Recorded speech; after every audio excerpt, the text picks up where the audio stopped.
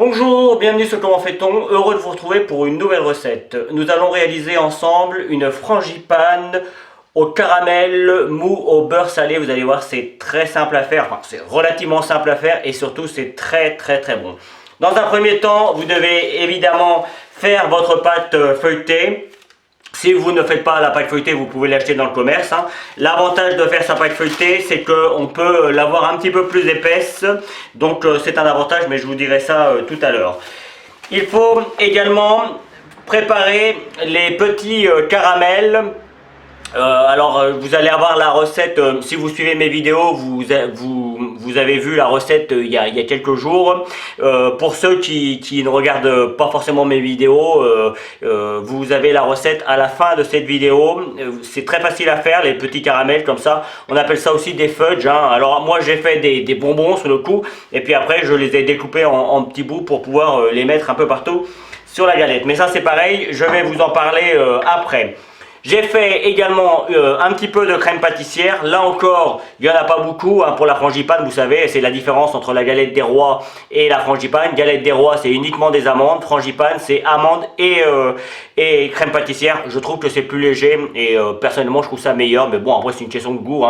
Donc, la recette d'ailleurs pourrait très bien se faire sans la crème pâtissière. Vous pourriez faire une crème d'amande très simple et ça marchera tout aussi bien.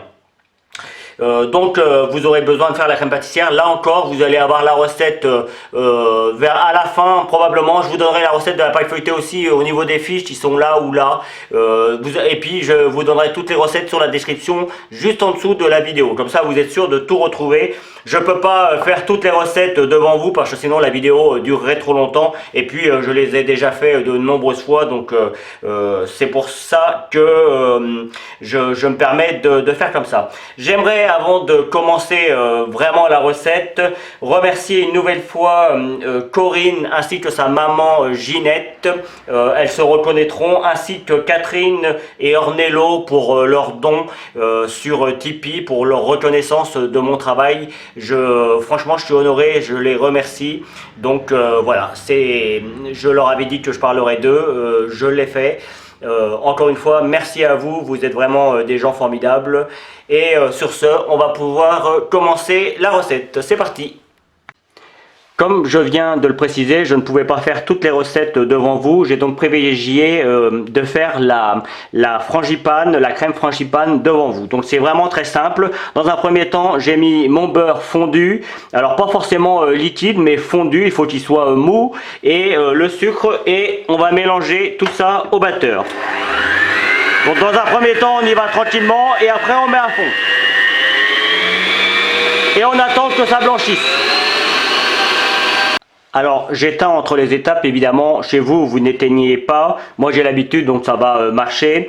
Ça évitera que ça fasse trop de bruit. Juste pour vous dire que j'ai mis 90 g de sucre, 90 g de beurre mou, 2 œufs, 90 g de poudre d'amande, donc pour l'instant il n'y a rien de difficile, 15 g de farine que je vais mettre. Alors la farine c'est pas obligatoire, mais c'est quand même mieux parce que ça permet ça permet à la frangipane de bien se tenir. Enfin en tout cas moi j'en mets toujours un petit peu, je trouve ça mieux.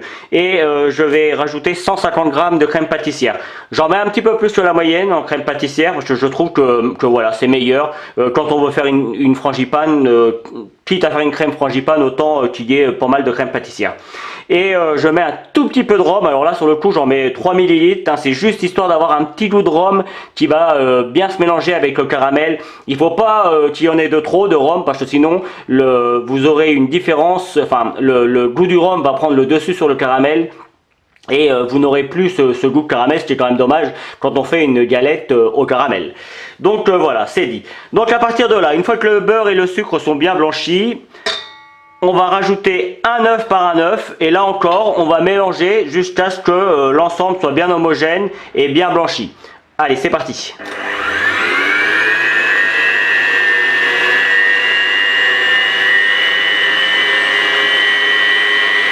Quand on le fait au batteur, parce que j'ai pas précisé, mais ça pourrait être fait à la main évidemment, avec un fouet. Quand on le fait au batteur, souvent le beurre vient sur les côtés, surtout quand on n'en a pas beaucoup, comme c'est le cas là. Donc on vient avec une petite spatule. Alors ça s'appelle une maryse là sur le coup. On vient bien racler les bords Et on vient ramener tout ça au milieu. Et on mélange. Et cette fois-ci, il va falloir qu'on obtienne quelque chose de parfaitement homogène. Hop, c'est reparti. J'ai ralenti un petit peu. Je vais rajouter ma poudre d'amande.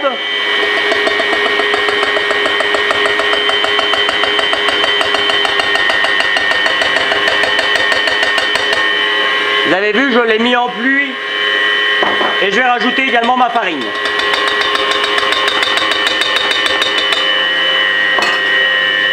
Et on met à fond. Et là encore, on n'hésite pas à redonner, à arrêter le batteur et à venir nettoyer les côtés si ça accroche de trop. Voilà, à partir de là, on a ce qu'on appelle une crème d'amande. Alors il faudrait la mélanger encore un petit peu pour qu'elle soit bien onctueuse, mais vous avez une crème d'amande très classique. Je vais donc rajouter ma crème pâtissière. Et quand on rajoute la crème pâtissière, ça devient une crème frangipane. Je crois que sur ce coup-là, vous avez bien compris. Je vais rajouter également mon rhum. Et je rallume tout ça. Et cette fois-ci, alors je vais pas rallumer juste quand je vais raccrocher, enfin quand je vais éteindre la caméra. Cette fois-ci, on attend on met en petite vitesse pour que la crème pâtissière se mélange bien à la crème d'amande. Et une fois que c'est bien mélangé, on met à fond pendant 4-5 minutes de façon à ce que la crème frangipane soit bien aérienne. Allez, c'est parti.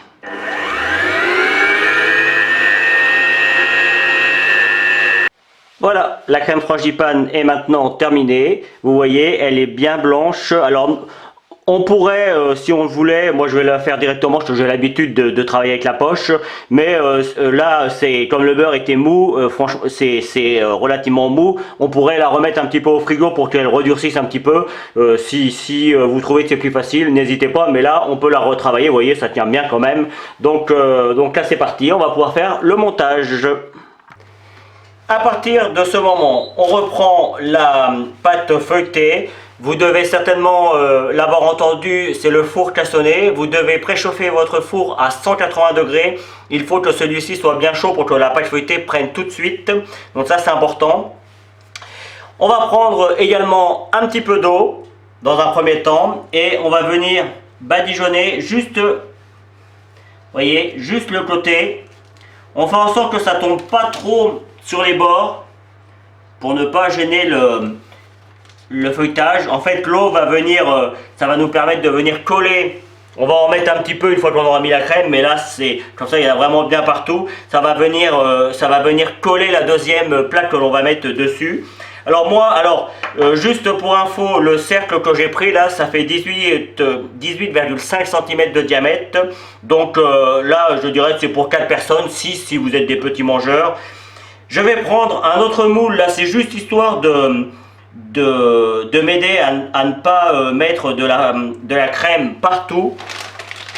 Sachant que quand on va venir mettre l'autre morceau de pâte feuilletée par-dessus, la crème va s'aplatir et va venir s'étaler un petit peu plus. Et c'est bien d'avoir un petit peu de feuilletage. Moi, quand je mange une galette des rois ou une frangipane, j'aime bien quand je finis ma frangipane avoir un petit peu de feuilletage au bout. Donc c'est pour ça que j'aime bien en garder un petit peu. Donc je fais en sorte d'être à peu près au milieu.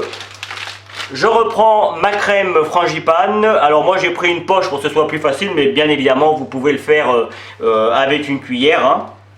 Et je vais venir justement mettre de la crème frangipane. Et moi en général je suis généreux. Et comme là évidemment je veux que ce soit bien garni et que j'ai quand même laissé pas mal d'espace, j'en mets pas mal au milieu. Et puis après, à la cuisson, la crème va prendre sa place, ça va faire le travail. Donc voilà, vous voyez, je suis bien généreux. Hop, voilà. Oui, on voit bien, je regardais sur la caméra si on voyait bien. Alors à partir de là, vous voyez, je vais enlever mon moule, voilà. À partir de là, si vous voulez mettre une une fève, vous pouvez la mettre où vous voulez, directement dans la crème, il n'y a aucun problème, ça marchera. Moi j'en mets pas parce que c'est une démonstration, hein. Moi je vous fais un cours là sur le... Enfin, oui si, c'est une sorte de... Je vous fais un cours. Et donc du coup, j'ai pas vraiment besoin de fève, mais vous pourriez la mettre dans ce principe-là, vous voyez, vous prenez votre fève et pas vous l'enfoncez comme ça, et ça marchera très bien. Donc justement, à partir de là, on va mettre les petits bonbons caramel. Donc j'en ai gardé un, vous voyez, alors ça colle un petit peu parce qu'il est resté un petit peu dehors, mais ça reste des bonbons caramel mou, hein. Ils sont très beaux. Et juste pour vous montrer, vous voyez, je les avais fait en grand, et après je les découpe en plus petits. De cette manière, ils vont mieux se diffuser un petit peu partout dans la crème. J'aurais pu mélanger mon caramel encore chaud à la crème. Moi, je privilégie de faire comme ça on va vraiment retrouver des bouts de caramel un petit peu partout. Et vous voyez, hop, il suffit juste après de venir prendre les petits bonbons et de venir en mettre partout. Et quand je dis partout, c'est vraiment partout, hein. Donc du coup, vous voyez là j'ai un morceau un petit peu plus grand, un petit peu plus gros. J'hésite pas à venir le mettre également.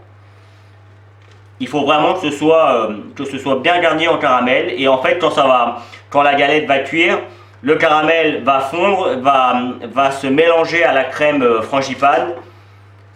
Et il restera forcément une couche sur le dessus. C'est pour ça qu'il faut que ce soit bien garni et ça va être un vrai délice.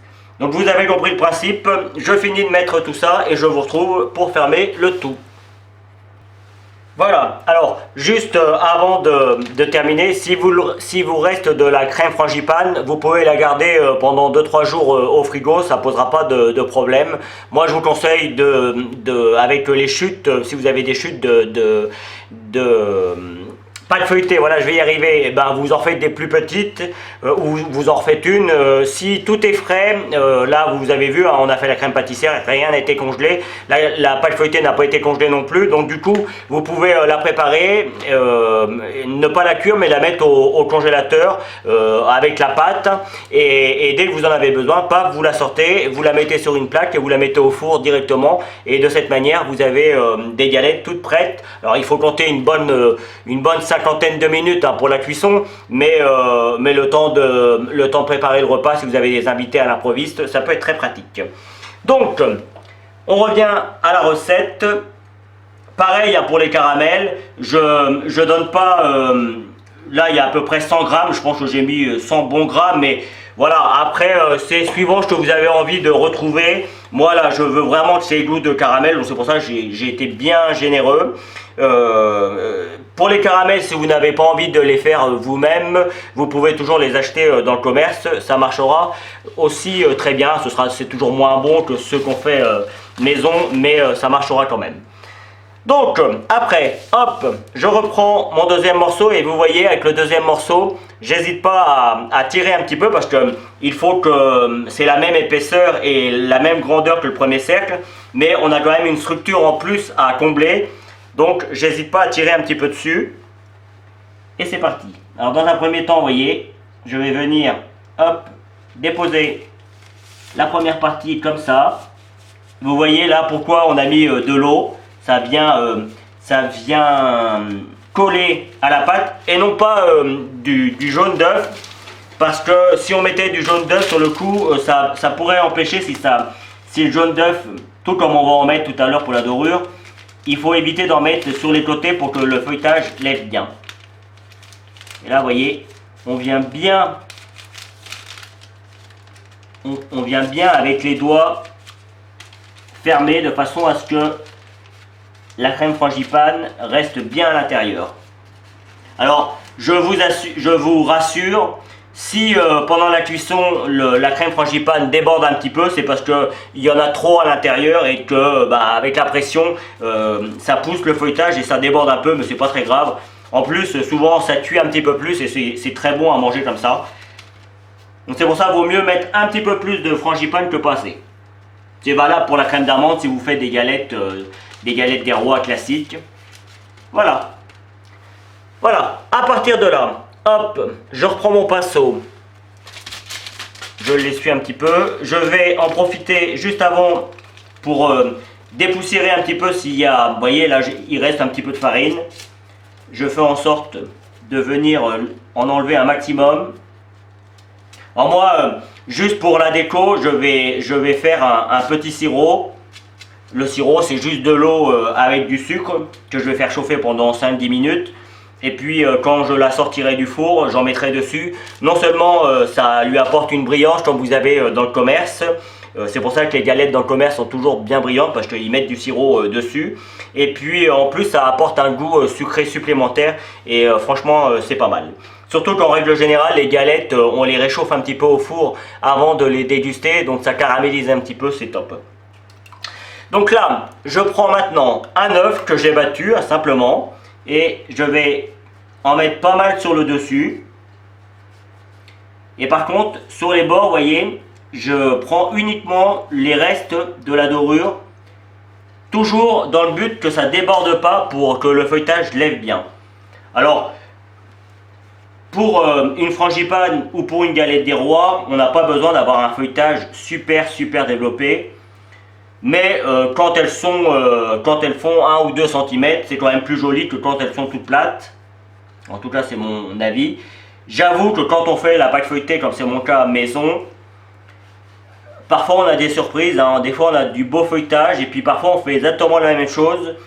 On fait le feuilletage de la même manière et pourtant le feuilletage lève moins. Alors, en règle générale, le résultat est correct, mais ça peut être très bien comme ça peut être correct. On regarde ça comme ça. Donc vous voyez, j'ai bien doré hein, en faisant vraiment attention de ne pas en mettre trop sur les bords. Voilà. À partir de là, je vais prendre un couteau et je prends uniquement, alors je vais me rapprocher un petit peu pour que vous voyez mieux, voilà.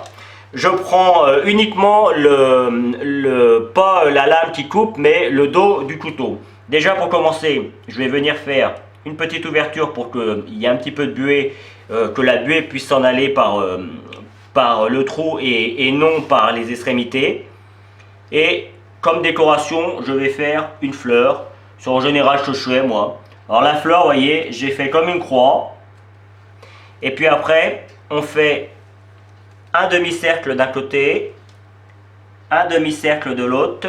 Enfin, des demi-cercles, vous avez vu, hein, ça ressemble plutôt à une feuille. Hein. Vous voyez, et on vient de l'autre côté, hop. Vous voyez là, j'ai été un petit peu fort. Il faut éviter ça. Il faut que ça marque, mais il ne faut pas non plus que ça perce la pâte. Alors là, vous voyez, pour la deuxième fleur, on prend sur la première. Hop.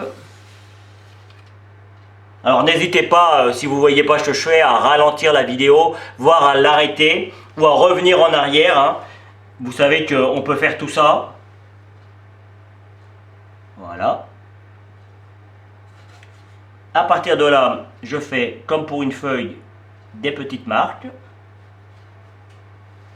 Après, là, c'est vraiment une déco, c'est la mienne, quoi. C'est libre à vous de faire ce que vous voulez. On pourrait faire que des traits. Faites quelque chose quand même, parce que sinon, ça va pas être très joli. Voilà. Alors là, à partir de là, comme elle n'est pas très grande, moi, je vais juste faire des petits traits comme ça sur les côtés, histoire de marquer le coup. Et personnellement, je vais la laisser comme ça, moi. On pourrait, si on le voulait, donner des petits coups comme ça. Vous voyez, ça, puisque je suis parti, je vais le faire. Vous voyez, ça, en fait, ça lui donne un aspect cannelé. Bon, maintenant, j'ai fait un bout, je suis obligé. Je voulais la laisser comme ça, mais bon, après, ça sera joli aussi comme ça. C'est pas compliqué à faire, hein. Vous voyez, il suffit juste d'appuyer un petit peu. Toujours avec le dos du couteau. Et voilà. Alors moi évidemment je vais finir ma crème, hein, je vais en refaire une petite. La cuisson que je vais congeler d'ailleurs. La cuisson, il faut compter, là c'est une petite, mais il faut compter environ 50 minutes, mais je vous donnerai le temps exact que cela a pris pour moi, sachant que moi j'ai un four électrique à chaleur tournante. C'est important hein, la chaleur tournante parce que du coup ça cuit tout assez homogènement. Si vous avez que la sole du bas, ça risque de prendre de la couleur sur le dessus, le dessous, donc, et puis le dessus va être un peu terne. Donc franchement la chaleur tournante, si vous l'avez, utilisez-la pour faire ce genre de recette, c'est cool. Et puis en plus, ça permet à la vapeur de s'en aller. Donc pour le feuilletage, c'est pas mal. Donc c'est parti pour la cuisson. Voilà, la cuisson est maintenant terminée. Alors juste pour info, la cuisson a été environ de 55 minutes pour les deux. Hein, comme vous pouvez le remarquer, il y en a deux différentes. J'en avais assez et j'avais assez de crème frangipane pour en faire deux. C'est une indication pour vous également. Donc j'ai découpé la première que j'ai faite et on voit bien, c'est super bien garni et on voit bien le caramel qui a passé à travers la frangipane et qui est venu s'infiltrer, qui est venu se mettre au fond. J'en ai goûté un morceau, j'avais déjà goûté mais franchement c'est le pur bonheur, hein. C'est vraiment très très bon. Et je vous ai présenté celle du dessous juste pour vous montrer que la première, vous savez, j'ai donné des petits coups sur le côté pour donner un petit genre et ça casse un petit peu le feuilletage et c'est pour ça qu'elle est moins feuilletée que la deuxième. C'est pourtant la même pâte feuilletée hein. Donc et la deuxième je l'ai laissée telle quelle. Donc voilà, moi personnellement je les préfère comme ça. Je trouve qu'elles sont beaucoup plus jolies sur le feuilletage hein, j'entends, malgré que quand on la déguste franchement même comme ça c'est franchement top top top, mais question présentation c'est plus joli comme ça. Voilà, donc j'espère que cette nouvelle recette vous plaira. J'ai pris comme toujours beaucoup de plaisir à la réaliser. Vous avez certainement dû voir apparaître les liens qui vont vous permettre d'aller sur Facebook, Twitter, Instagram, le petit lien Tipeee pour ceux qui aimeraient soutenir mon travail, n'hésitez pas. Et puis juste après, évidemment, je vous donne la recette de la pâte feuilletée, la recette de la crème pâtissière et ou la recette des bonbons. De toute façon, vous aurez les trois recettes sur la vidéo, que ce soit à la fin ou que ce soit vers le début. Je m'arrangerai pour que vous ayez tout ça en temps voulu. Et évidemment, je tâcherai également au niveau de la description de vous mettre d'autres recettes de frangipane tout aussi simples à faire que celle-ci. Voilà, j'en ai terminé. Je vous remercie pour votre fidélité et à bientôt. Salut! Vous pouvez maintenant vous abonner à ma chaîne YouTube en cliquant ici. N'oubliez pas la petite cloche pour les notifications pour recevoir toutes mes vidéos. Vous pouvez aller sur mon site www.comenfaiton.com où vous retrouverez l'ensemble de mes recettes. C'est ici et je vous donne deux autres recettes, soit qui correspondent à la recette que je viens de vous donner, soit qui est utile pour la recette que je viens de vous donner. À bientôt sur Comment